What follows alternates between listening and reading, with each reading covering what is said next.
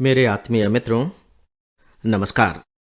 Friends, आज मैं थोड़े से एक अलग किस्म के रिश्ते की बात करने की सोच रहा हूँ और सोच क्या रहा हूँ बल्कि सोच ही लिया है। एक अलग किस्म के रिश्ते की बात। देखिए, रिश्ते दो तरह के होते हैं और आप सब जानते ही हैं। रिश्ते, संबंध जो भी आप कह लीजिए, एक तो जन्मजात ही होते हैं कि जिस माँ के गर्भ से मैंने जन्म लिया वो मेरी माँ है, मेरे पिता हैं, मेरे भाई बहन हैं। ये सब ऐसे रिश्ते हैं जिसमें मेरी कोई चॉइस नहीं है। प्रकृति ने ये रिश्ते निर्धारित कर दिए हैं। हम सब जन्म लेते हैं और समाज द्वारा निर्धारित फिर जो आचरण है उनके अनुकूल आचरण उनसे करते रहते हैं। इनमें हम बदलाव नहीं कर सकते। हाँ, आप इनकार कर सकते हैं। आप कह सकते हैं कि नहीं, मैं तुमको अपना पिता नहीं मानता, जाओ जाओ, तुम आज से मेरे भाई नहीं हो। ये सब आप कह सकते हैं, लेकिन ये तो मानने की बात हुई ना। रिश्ता तो है। आप डिसोन कर रहे हैं, आप अलग होना चाह रहे हैं भाई से, तो आप हो जाइए, आप मना कर दीजिए, संबंध मत रखिए। लेकिन भाई तो भाई है, बहन तो बहन है, माँ तो माँ है, पिता तो पिता है, दादा तो दादा है, हमारे ताऊ हैं, हमारे चाचा हैं, हमारी बुआ हैं, मामा है, मामी। ये जो रिश्ते हैं जो जन्म के कारण बन गए हैं, इन्हें हम नकार नहीं सकते। तो ये है जन्मजात रिश्ते। जो दूसरे हमारे रिश्ते हैं वो हम बांधते हैं, मतलब अपनी चॉइस से हम उन्हें स्वीकार करते हैं।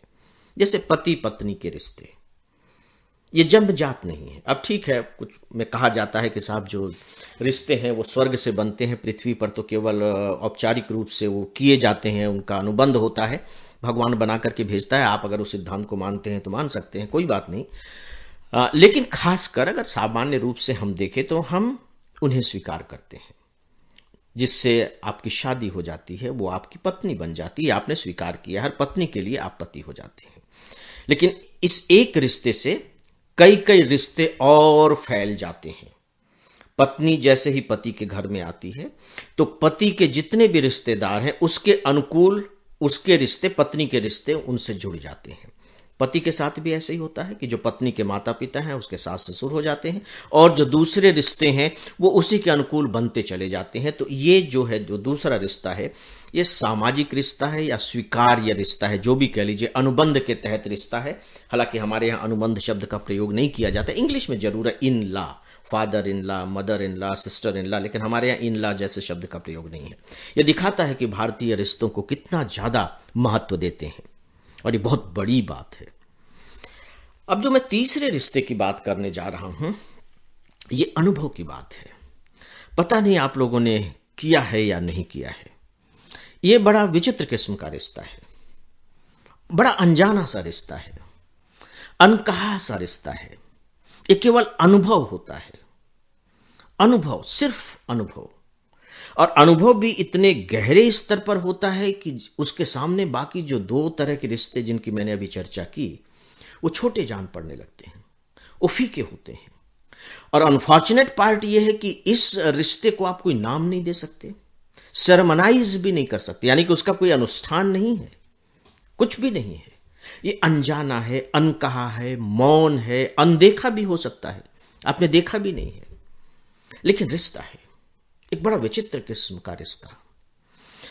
क्या आपने कभी किसी के प्रति भी इस तरह के रिश्ते को महसूस किया है? सोच करके देखिए कभी। अभी आपकी उम्र कितनी है मैं नहीं जानता, लेकिन उन क्षणों को याद करने की कोशिश कीजिए, पकड़ने की कोशिश कीजिए। इसलिए मैं कह रहा हूं क्योंकि अगर आप उन्हें पकड़ पाए और ऐसा कुछ हुआ है तो मान करके चलिए कि आपकी जिंदगी की बहुत बड़ी पूंजी है। ये डायमंड है। डायमंड के एक छोटे से कण की कीमत पता नहीं कितने दूसरे धातुओं की तुलना में अधिक है, हजारों गुना, लाखों गुना अधिक हो सकती है, एक छोटा सा कण। और अगर आप इस तरह के रिश्ते को याद कर लेते हैं तो इसे आप डायमंड का टुकड़ा ही मान करके चलें, अपने जीवन की सबसे अमूल्य धरोहर मान करके चलें। इस रिश्ते को क्या नाम देंगे मुझे नहीं मालूम। इसमें उर्दू का शब्द मुझे सबसे खूबसूरत लगता है, और पता नहीं अपील भी करता है, बहुत जबरदस्त रूप से अपील करता है।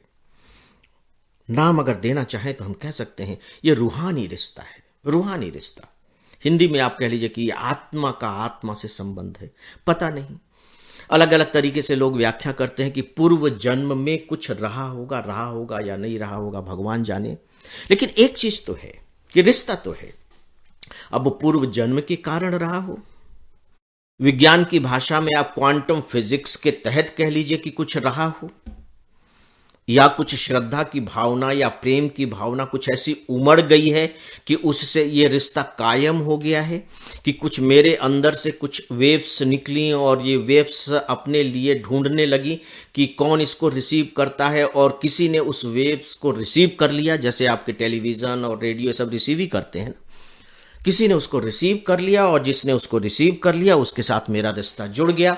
न मैं जानता, न वो जानते, न कोई नहीं जानता, या यूं कह लीजिए पता नहीं जानते हैं या नहीं जानते, जानते भी हैं, और एक रिश्ता जुड़ गया। और बड़ा विचित्र किस्म का सुकून देने वाला रिश्ता, मीठा रिश्ता, गहरा रिश्ता, संपूर्ण रिश्ता, शायद सबसे अधिक मूल्यवान रिश्ता, जिसको आप हर क्षण अनुभव करते हैं, एंजॉय करते हैं, उसका स्वाद लेते हैं और जीवन में सबसे ज्यादा तरजीह देने लगते हैं। और यहां तक कि अगर ये रिश्ता फैलता चला जाए, आपके अंदर बरगद बन जाए, तो जिंदगी को बदल कर रखते हैं, आपको सीधे सीधे वो कहीं ना कहीं आध्यात्मिकता की पता नहीं किस ऊंचाई पर पहुंचा दे। सोचिए इसके बारे में। ये भी होता है, बस मैं ये कह सकता हूं कि यह भी होता है।